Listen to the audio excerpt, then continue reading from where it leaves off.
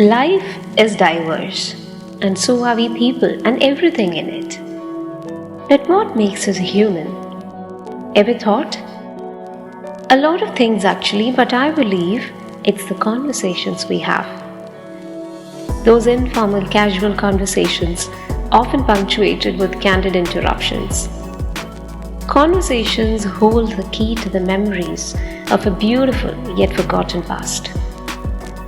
Seasons changed, and somewhere we lost touch with the embracing conversations we had. Differences and opinions loomed large. Let's be more than the self-obsessed individual, and like my favorite Neil Gaiman says, the world doesn't have to be like this. Things can be different. And I'm sure these conversations will show you the way. Welcome to Conversations with Word Witch, a bilingual podcast series.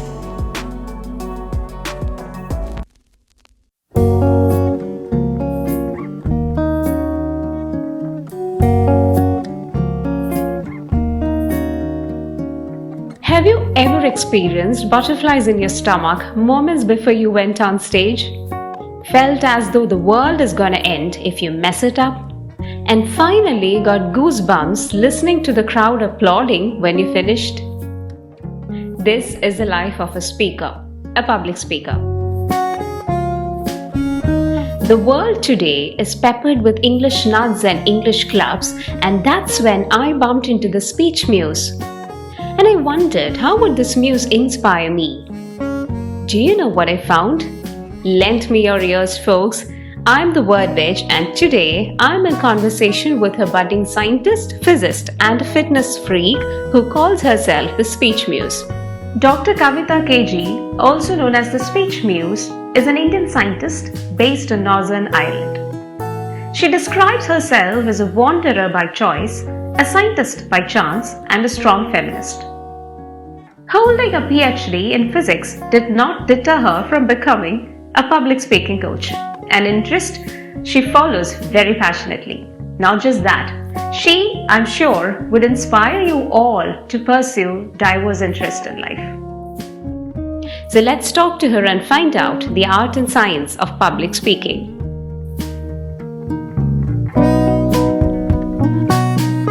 I'm quite interested in that name, the Speech Muse. And I've always been fascinated by names. Even though Shakespeare said, "What's in a name?" I believe that interesting names never fails to grab your attention. So could you tell me more about it? Hey, thanks for having me. I see that you're really interested in the name, and I'm really glad you did that because I spent a lot of time finding a right name for this venture. Until finally, this close friend of mine came up with the Speech Muse, which I really liked, since it also signifies the 9 goddesses who are inspiration for literature, for science, for music, and all forms of art. So I found that this was a befitting name for the venture, since I aim to inspire people to speak up, to amplify their voices through this venture. Wow, so there was a bit of research that went behind this name. See, my interest in names just got validated. So moving on, I know that you are a public speaking coach, but tell me, how do you do it? Okay, so how I do it. So the first thing that I tell my students is that I am not a spoken English teacher. I am a public speaking coach. So my aim is to help you overcome your fear of public speaking and help you construct and deliver a speech or a presentation that is effective. Along our journey, I might give you tips to improve your English, but that's not the main goal here. It can be in any language. Of course, most comfortable in English, so I'll be able to help you more in English than in any other language. But our main aim is not your fluency in English, but just the construction of a speech, your body language when you're on a stage, how to improve your stage presence, and lots of other things that involve going in front of a crowd. So I start with identifying the pain points that the students have. And then for each student, we work on, if it's a one-to-one coaching, we work on the problems that particular student faces. And if it's a general session, we deal with issues that most people have. Like most people think all this jittery feelings is for only for them, which is not the case. So I explain it to them and then make them realize that that's a part of you being human, and not because you're an introvert or because you're scared or because you're not confident. It's just not your personality or anything like that. So yeah, it's not a one-time thing. They have to basically work on the tips that I give them and then improve their public speaking. So it's not, my lessons are not magic pills that will work just like that. That sounds quite interesting. Now, what makes you think that you can bring a change? Is there any experience that you would like to share here? I think I can make a difference because I felt that personally in my life. So I did a course on public speaking when I was about 13, and that kind of changed my life. That year I went back to school much more confident than before that summer. And with the Speech Muse, what I want to do is what that course did for me that summer. And 10 years from now, I want to look back and say that I made a difference in people's lives, and I want to have a client base that think that I made a difference in their life with the Speech Muse. So that's how this whole thing began. So you're not spilling the beans and telling us what magic happened to you during that summer that transformed you into a confident woman. But I'm glad that you're already helping the aspiring ones out there through the Speech Muse. So that brings me to our next question. Do you believe in multitasking, or would you at any point in future take up a full-time role of a public speaking coach? Well, I'm not really sure if we should call it multitasking, because I have my fixed 9 to 5 where I do science, where I do things that I like. And after my work hours, I have a lot of other things where I get to use my creative side or other things that I love other than science. So this is one among the things that I do. And I really like the stability that my job gives me and what I do at work. So in the near future, I don't see myself doing or pursuing the Speech Muse full time. But they say never. So we'll see over the years where life takes me. Aha, so you are more of a juggler than a multitasker, I must say. And as you just said, we never know where life would take us. Nobody expected a pandemic taking over the world either. Do you think public speaking, or for that matter, English communicative skills, will experience change in a post-pandemic world? The way language is used, do you think there'll be a change? Yes, now that we are increasingly dependent on all these virtual platforms for schooling, for work meetings, and basically everything that involves people. And I think as beginners in public speaking, people have real advantage when it's over a Zoom or a Google Meet call, because you're not really facing the audience, but you are sort of. But it makes it easier that you don't really see people staring at you. So beginners, I think, should really take up this opportunity to get over their fears and practice more, because virtually it's a lot more easier. And coming to public speaking coaching, I think all these virtual platforms have opened up a lot of space for instance, me sitting in Northern Ireland, being able to impact the life of someone from a remote village in Wayanad. That is a big thing for me. On that note, let's take a break and listen to some music. Here today, we are featuring the band Harkin with their debut single, Imperfection.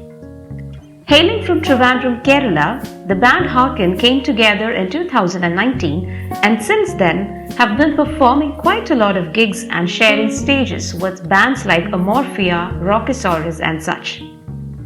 Following the steps of old school death metal bands, the popularity and reception they've received from the audience since its inception has sure been the inspiration behind their first single, Imperfection, in such a short span of time. The track takes a dig at the reality we're all part of and the dystopia that has settled. We have Devan on vocals, Jerish Allen and Sinu Abraham on the guitars, Vishnu on bass, and Karthik on drums. This track is sure to take you by storm, and so prepare to be surprised.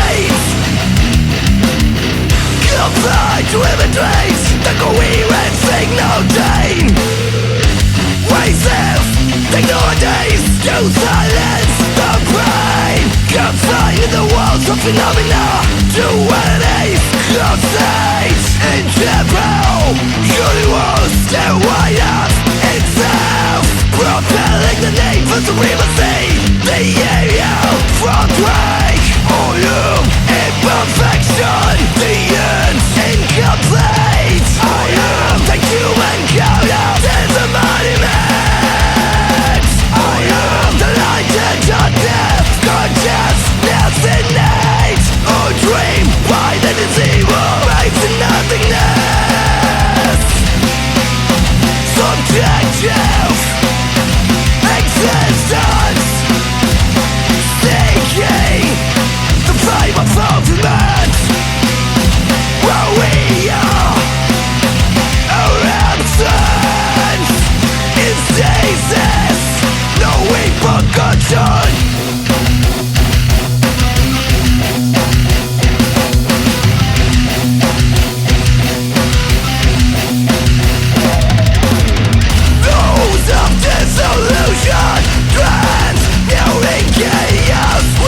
Creating Fridays, subliming the will to power, madness, overflowing, punching the promised one, structure, the liberative, integrating light.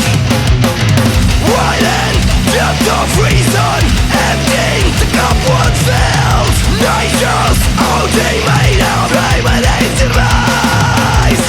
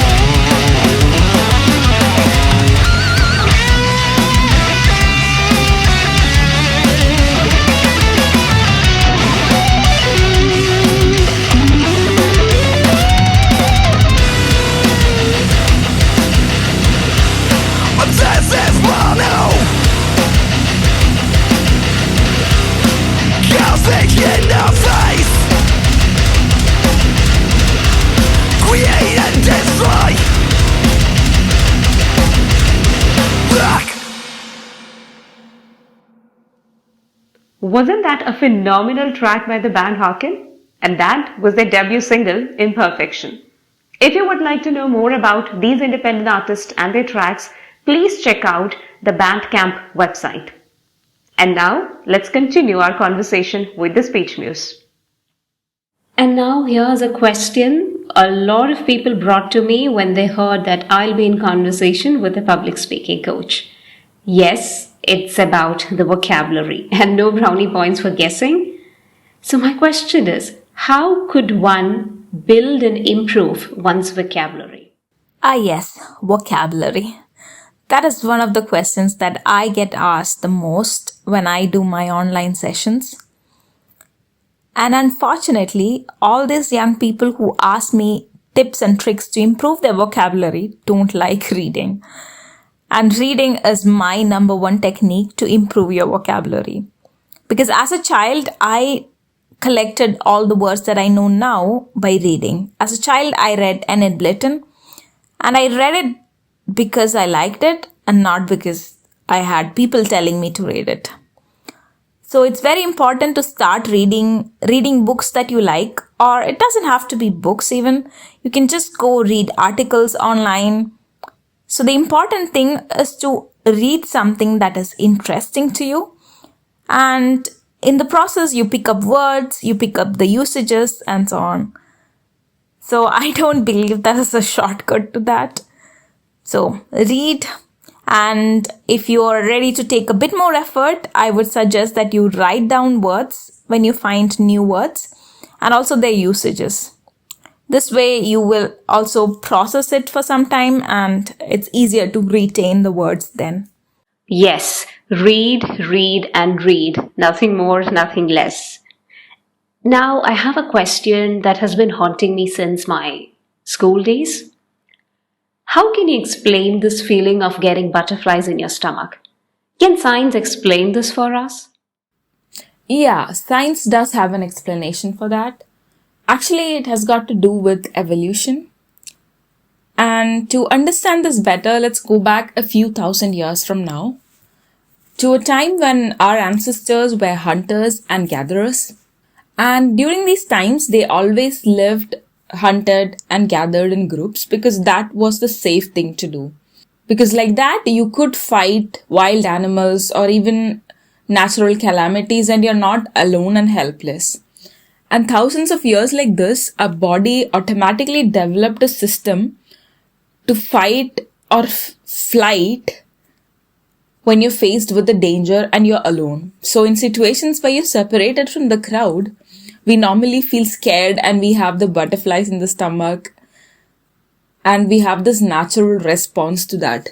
So when you're on a stage, what you're essentially doing is separating yourself from a crowd.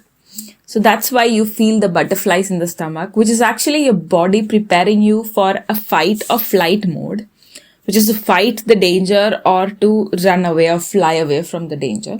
The brain actually releases a hormone called adrenaline, which then does all sorts of crazy things to the body. It gives signals to the heart to pump more blood. All the blood from the gut rushes to your muscles so you can fight, and that is a butterfly in the stomach.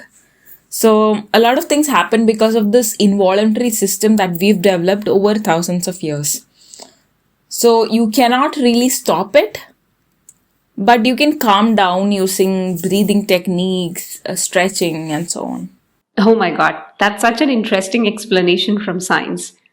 So, folks out there, if you're listening, next time you get butterflies in your stomach, remember to feel happy. It's just your internal security system alerting you to give your best.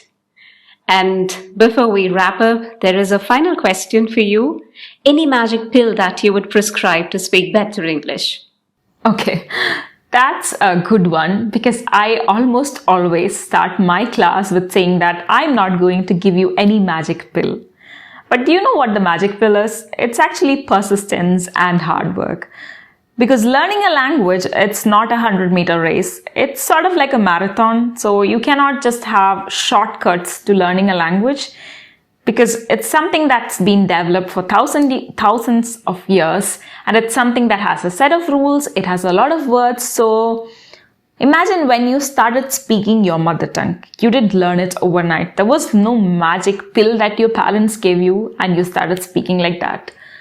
So it's picking up words, it's picking up sentences. So you can associate yourself with people who speak good English. You can watch English movies. You can think in English. Thinking in English is very important because a lot of people who start learning English as a second language get used to this habit of translating rather than thinking, which makes their English a little bit weird. So one thing that I tell my students is to think in English while you speak in English, and that is a bit of training. But yeah, there is no magic pill. It's just perseverance and a lot of hard work. So people out there listening, next time you get butterflies in your stomach, don't get scared. It's your brain trying to alert you to give your best. And that brings us to the end of the session with the Speech Muse. It was such a pleasure talking and listening to you. Thank you so much for joining me. And now back to you, dear folks. We were in conversation with the Speech Muse, the public speaking coach. Is learning language an uphill task? When does English become unfamiliar to you? Have you ever given it a thought? It becomes unfamiliar when there is inadequate usage. It moves from you farther and farther till it becomes a total stranger to you. So start using it. Read it, listen to it, write and speak in it. And you will know that this language was a friend whom you never acknowledged. Thank you so much for listening.